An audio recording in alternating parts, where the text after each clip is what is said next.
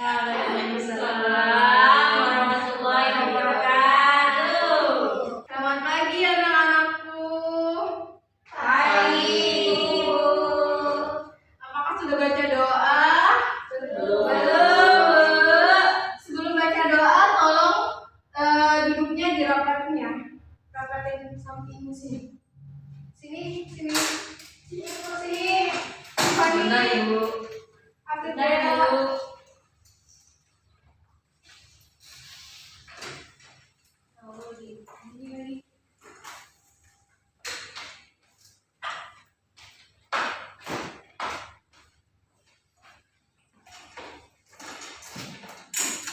Nah, sebelum mulai pelajaran pagi kali ini, mari kita bersama-sama berdoa untuk minta kelancaran dalam menuntut ilmu.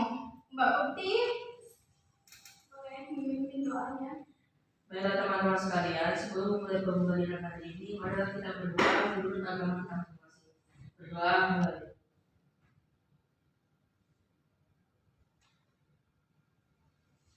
Ya, baik, doanya selesai ya.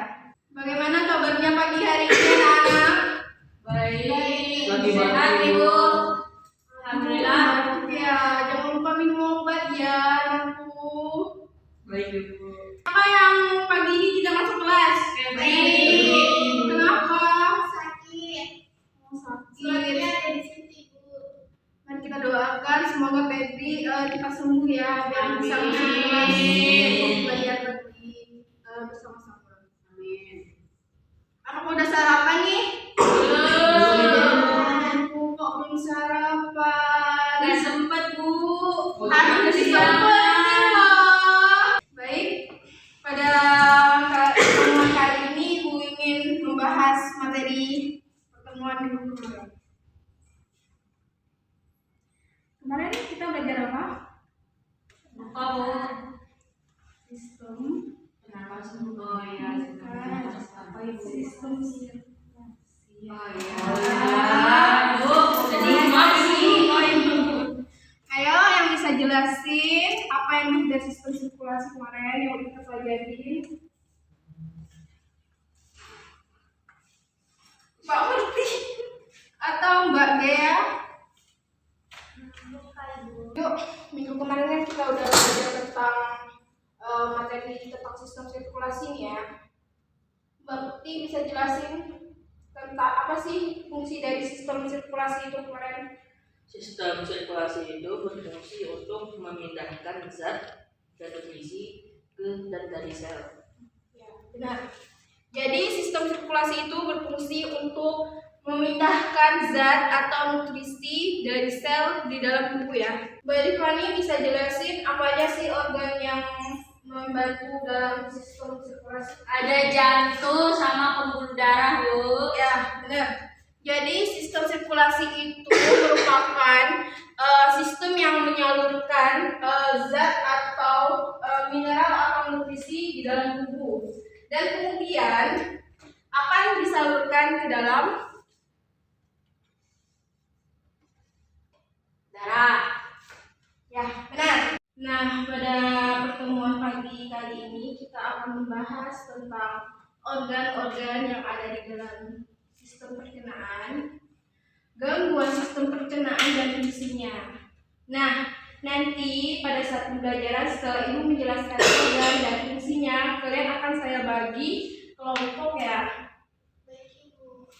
Nah, Ibu bertanya dong, dari gambar ini kalian tahu nggak struktur organ dari sistem pencernaan itu apa aja? Mulut. Mulut, ya benar. Terus ini nih. Kerongkongan. Ya benar, ada kerongkongan ya. Terus ini Itu lambung. lambung. Terus ini Usus. apa? Usus ada dua ya. Halus, usus besar. Nah ini Anus. Nah, manfaat dari kita mempelajari tentang sistem pencernaan ini yaitu untuk kita bisa tahu nih apa fungsi dari sistem pencernaan itu apa, terus cara kita mencegah penyakit yang bisa mengganggu dari sistem pencernaan itu apa aja. Nah, tadi kalian sudah mengurutkan apa aja dari organ-organ dari sistem pencernaan itu ada apa tadi? mulut, ada kerongkongan, ada lambung, ada usus, sesaus dulu. Lalu sebesar anus. Nah, kalian udah tahu nih urutan dari organ dan sistem pencernaannya apa aja kan? Jadi kalian sudah paham lah apa yang dimaksud dari sistem pencernaan itu apa. Nah, ibu ingin bertanya sama Mbak Dea, bisa jelasin apa sih sistem pencernaan dari kalian udah tahu dari organ-organnya ini tadi? Bisa dijelasin?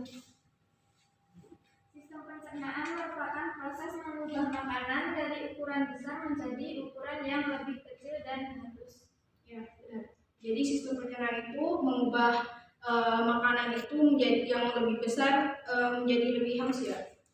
Dan sistem pencernaan itu juga mencegah molekul makanan yang kompleks menjadi molekul yang sederhana dengan menggunakan enzim dan organ-organ pencernaan. Jadi proses pencernaan pada manusia itu dibagi menjadi dua, yaitu satu, bisa dilihat dari PPT ya. Apa? Satu, mekanik, dua, kimiawi.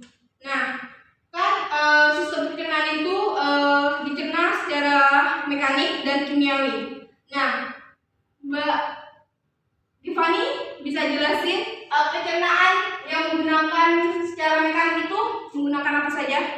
Gigi sama lidah. Nah, benar, di dalam mulut itu terjadinya proses pencernaan itu secara mekanik yang dibantu oleh gigi, di mana makanan yang telah kita konsumsi itu akan diolah menggunakan gigi dari yang bentuknya besar itu menjadi kecil.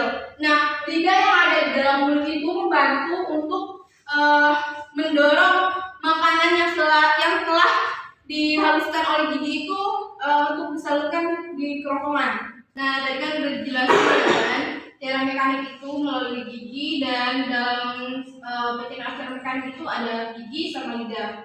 Nah, kalau secara kimiawi itu merupakan pencernaan yang dilakukan menggunakan enzim. Nah, ibu ingin tanya nih sama Mbak Rani, kalau pencernaan secara kimiawi itu pencernaan yang menggunakan enzim apa yang di dalam mulut? Enzim pecah ibu. Ya, benar. Ada enzim pitialin yang membantu dalam proses pencernaan. Nah, selanjutnya, nih, tadi kan udah dijelasin organ-organ sistem pencernaan itu ada mulut. Nah, mulut itu merupakan organ pencernaan yang bertugas dalam proses pencernaan makanan manusia yang berupa rongga yang dilapisi oleh jaringan epitel pipi berlapis banyak. Nah, di dalam rongga mulut itu terdapat alat pencernaan seperti gigi tadi. Itu pencernaan secara apa tadi? Mekanik. Nah, lidah, Mekanik. kelenjar air lidah atau pitialin. Apa? Secara apa? Mekanisme. Kimiawi. Nah, kan makanan yang telah diolah, yang telah dikonsumsi terus kan diolah, kemudian akan disalurkan di dalam saluran kerongkongan, di mana saluran kerongkongan ini merupakan pencernaan yang berbentuk seperti selang air. Tahu kan selang air itu kayak mana, panjang? Ya, kami. Nah, sebagai kerongkongan ini berguna untuk menghubungkan mulut sampai lambung. Nah, pada kerongkongan ini itu tidak terdapat yang namanya enzim yang membantu dalam proses pencernaannya. Selanjutnya ada lambung. Lambung itu merupakan alat pencernaan yang berbentuk kantung, di mana sifatnya itu yang asam. Kemudian cairan yang di dalam lambung itu yang membunuh kuman yang masuk bersamaan dari makanan yang telah kita konsumsi tadi kan. Nah, di dalam lambung itu terdapat enzim pepsin. Nah, tadi kan di kerongkongan nggak ada tuh yang namanya enzim yang membantu proses pencernaan nih. Nah, pada lambung itu ada ya enzim pepsin yang berfungsi untuk menyerap protein dari makanan yang dikonsumsi. Jadi makanan yang telah dikonsumsi tadi kan setelah diolah. Nah, di dalam lambung itu akan diproses oleh enzim pepsin yang berfungsi untuk menyerap protein dari makanan. Jadi kita itu makanan yang harus dikonsumsi jangan yang asal-asalan ya. Harus ada karbohidrat, protein, harus ada lemak. Pokoknya harus empatnya harus sempurna. Ya. Kemudian ada usus halus. Usus halus itu fungsinya itu adalah sebagian sistem pencernaan makanan yang mengabsorpsi sari makanan.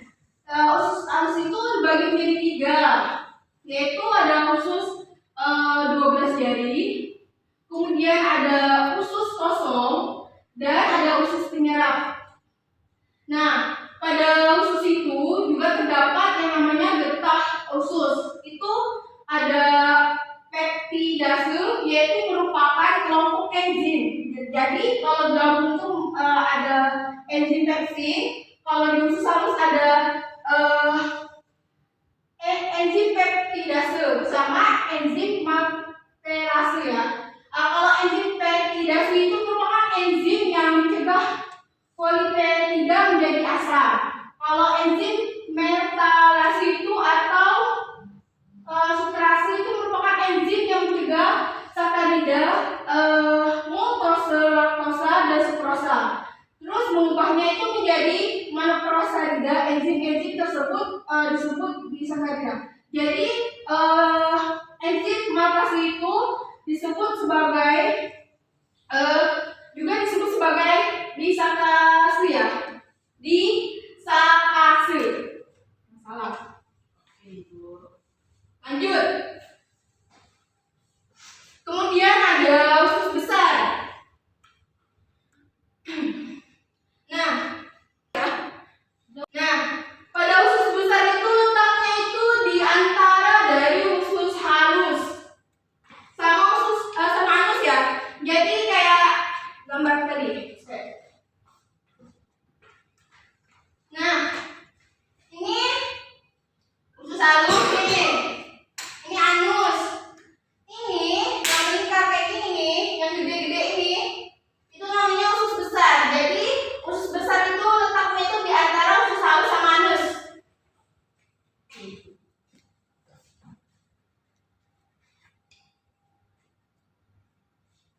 Nah, fungsi usus besar itu sebagai tempat penyerapan cairan dan vitamin dari sari makanan yang dihasilkan dari makanan yang telah dikonsumsi.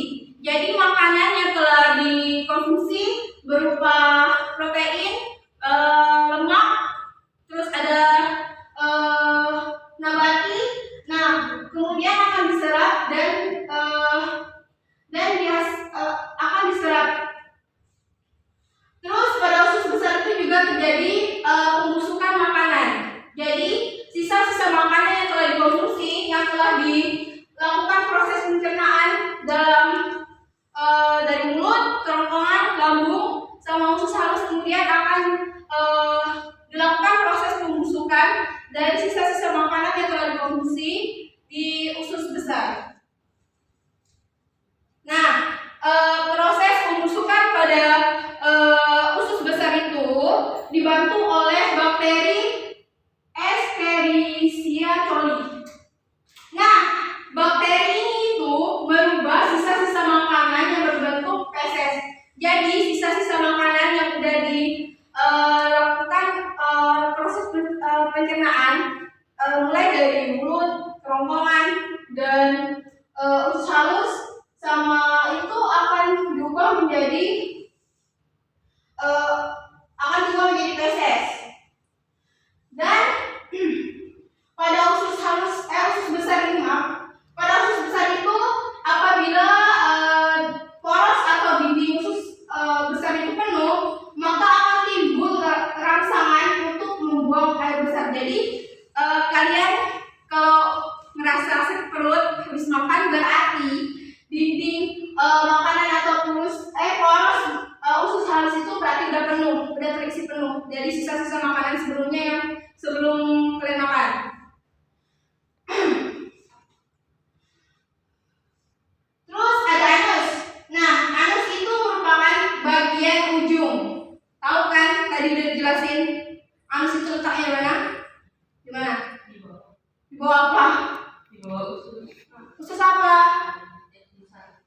ya, bukan usus halus. Nah, anus itu disebut sebagai lubang dari saluran pencernaan yang akhir dari sistem pencernaan. Jadi, feses dari makanan yang telah diolah dari pembusukan lambung yang telah dikonsumsi dari makanan tadi akan dikeluarkan melalui apa? Ya, benar.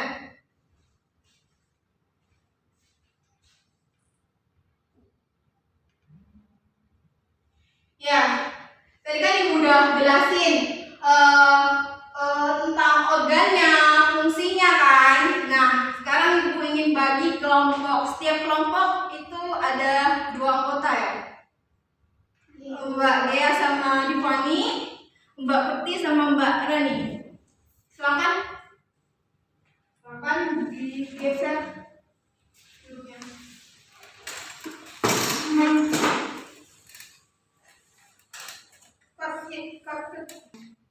Ini udah dibagi kelompoknya kan?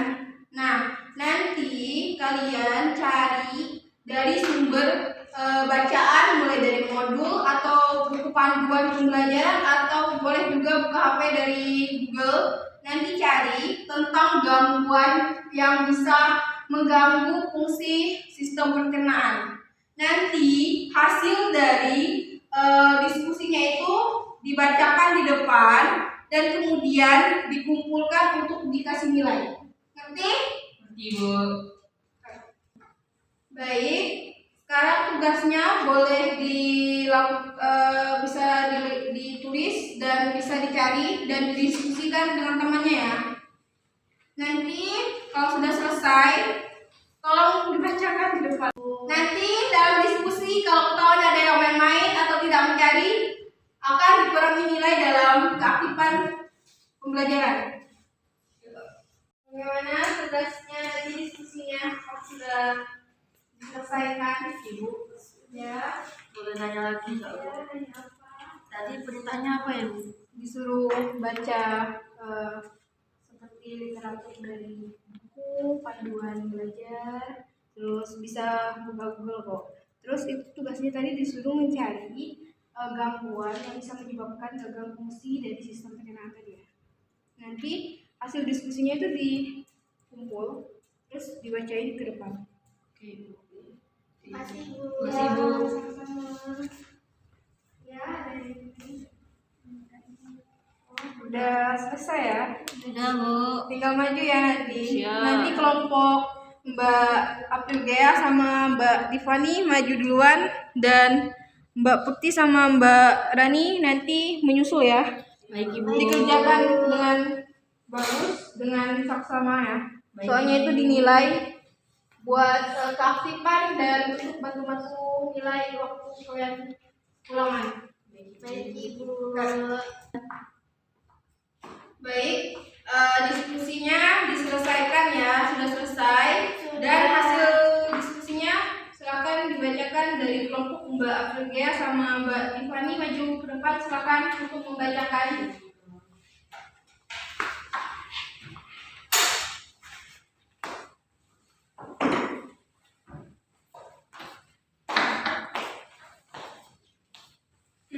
Jadi di sini kami akan membacakan hasil dari diskusi kelompok kami. Yang pertama itu ada karies gigi atau gigi berlubang. Penyakit ini disebabkan oleh bakteri Streptococcus. Bakteri ini dapat mengubah karbohidrat menjadi asam laktat. Asam inilah yang secara perlahan-lahan dapat melarutkan email dan menimbulkan lubang. Apabila lubang tersebut telah mencapai pulpa, gigi akan terasa sakit. Untuk mencegah penyakit ini, gosoklah gigi Anda setelah makan. Yang kedua, itu ada appendicitis. Ini tuh merupakan gangguan sistem pencernaan yang mana umbai cacing atau usus buntu mengalami peradangan. Appendicitis ini biasanya terjadi ketika ada sisa-sisa makanan yang terjebak terus gak bisa keluar di umbai cacingnya. Sehingga lama-kelamaan umbai cacing tersebut akan menjadi busuk serta akan menimbulkan peradangan yang menjalar ke usus buntu. Jika umbai cacing tidak segera dibuang, maka lama-kelamaan akan pecah di mana peradangan usus buntu ini biasanya ditandai dengan terdapatnya nanah.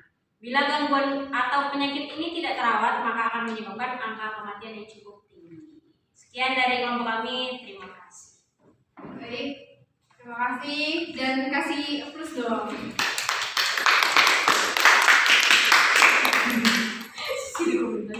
Ya, tadi kan sudah dijelasin nih dari kelompok 1 ya sama Mbak Tiffany itu ada penyakit gigi berlubang. Jadi setelah mengonsumsi makanan itu jangan lupa gosok gigi. Minimal gosok gigi berapa kali? 3 kali ya.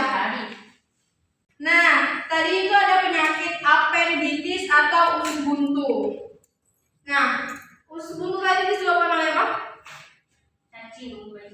Nah, di mana sisa makanan tadi itu terjebak dalam usus sehingga membusuk dan bisa menyebabkan angka kematian ya. Jadi kalau bisa makan itu makan yang bisa mudah dicerna. Jangan makannya itu kayak makan yang pedes-pedes terus banyak cabenya. Ya baik, selanjutnya kelompok Mbak Putri sama Mbak Rani silakan maju dan bacakan. Ya, maaf Mbak Putri.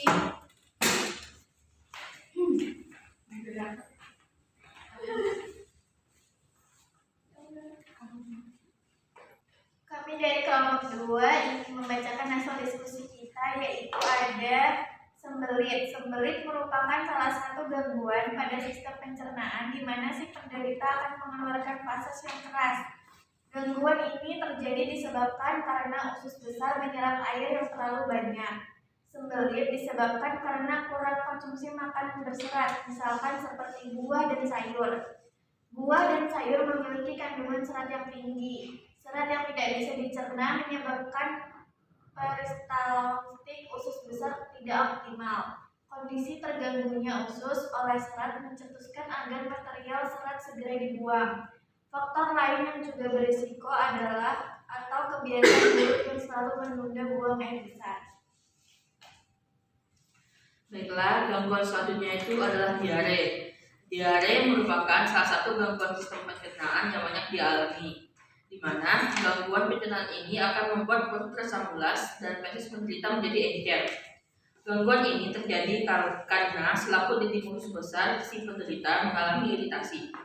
Ada beberapa hal yang menyebabkan seseorang menderita diare. Salah satu faktor utamanya adalah karena penderita mengkonsumsi makanan yang tidak higienis atau mengandung bakteri yang mengubah komposisi mikroorganisme dalam usus besar. Dampaknya dapat mengakibatkan terganggunya metabolisme dan aktivitas gerakan peristaltik usus yang tidak terkendali. Berdampak di dalam usus besar, tidak terjadinya penyerapan air. Baiklah, sekian presentasi dari kelompok kami. Mohon maaf apabila dapat kesalahan. Akhir kata saya ucapkan wassalamualaikum warahmatullahi wabarakatuh. Waalaikumsalam. Beri tepuk tangan dong. Terima kasih Ibu. Jadi tadi kelompok Mbak Putri sama Mbak Rani itu menjelaskan itu ada penyakit sembelit. Nah, penyakit sembelit itu disebabkan karena kita kurangnya mengonsumsi serat seperti buah kan. Jadi mengonsumsi makanan tadi itu nggak boleh salah-salahnya. Nggak boleh kayak makan sebelah terlalu banyak kan bisa menyebabkan usus buntu. Jadi kita tuh harus makan kayak buah-buahan yang bisa membantu dalam proses pencernaan itu berproses secara baik. Terus ada diare. Nah, diare ini juga biasanya disebabkan di sistem pencernaannya. Jadi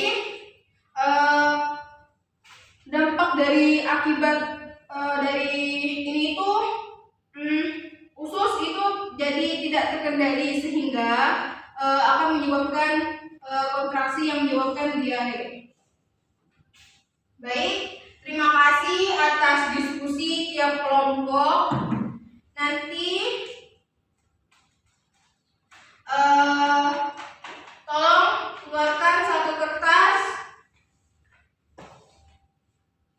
Ibu ingin memberikan tugas untuk minggu depan ya. Catat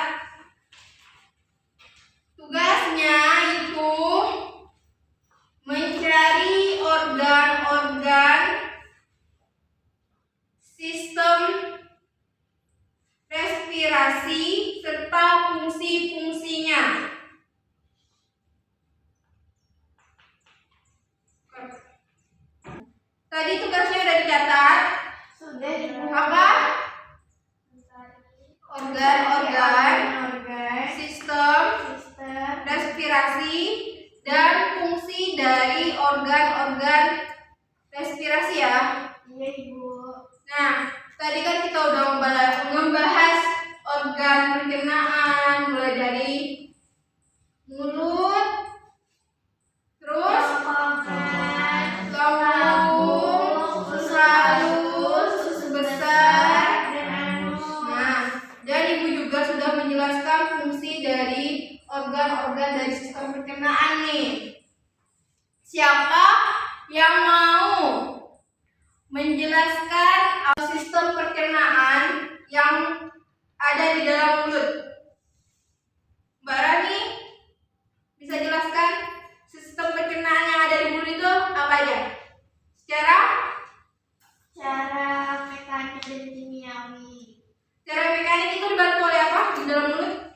Gigi, lidah, Kalau kimiawinya ada enzim penyalin.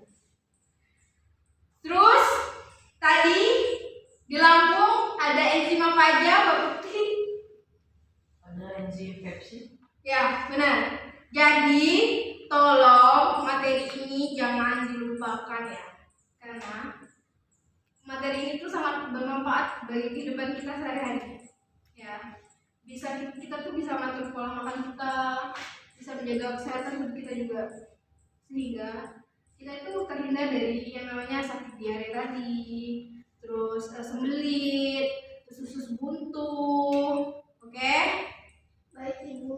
Nah, jangan lupa minggu depan juga kita akan mempelajari apa tadi? Kan tadi udah Ibu kasih tugas. Respirasi. Jadi minggu depan itu kita akan mempelajari apa? Sistem respirasi. Nah, tolong tugasnya dikumpul individual. Ya. Jika tidak membuat tugas, tidak boleh masuk pelajaran Ibu. Oke? Baik, Ibu. Jadi, kesimpulan dari kita belajar ini itu apa? Tadi, untuk bisa Mengetahui sistem pencernaan. organ-organnya, terus udah kita bisa mengetahui fungsinya, terus kita tahu gangguannya disebabkan pada sistem pencernaan, terus kita juga bisa menjaga pola makan kita agar tubuh kita itu terhindar dari penyakit-penyakit yang bisa menyerang fungsi organ pada sistem pencernaan. Mungkin pelajaran kali ini sudah selesai karena waktunya telah habis. Apabila Ibu ada salah kata dalam penjelasan, mohon dimaafkan. Jangan lupa ya tugasnya. Iya, Ibu. Mari sebelum kita mengakhiri pelajaran, silakan Mbak Putih untuk memimpin doa agar mata pelajaran yang telah dilaksanakan hari ini bisa berkah. Silakan Mbak Putih. Baiklah, sebelum kita mengakhiri pembelajaran hari ini, marilah kita bersama-sama mengucapkan alhamdulillah. Terima kasih sudah masuk pada hari ini. Semoga diberikan kesehatan selalu dan keriduan selalu dalam menuntut ilmu, dan semoga ilmunya yang telah dipelajari hari ini menjadi berkah ya, dan bisa diterapkan di kehidupan sehari-hari. Amin. Baiklah, wassalamualaikum warahmatullahi wabarakatuh. Waalaikumsalam.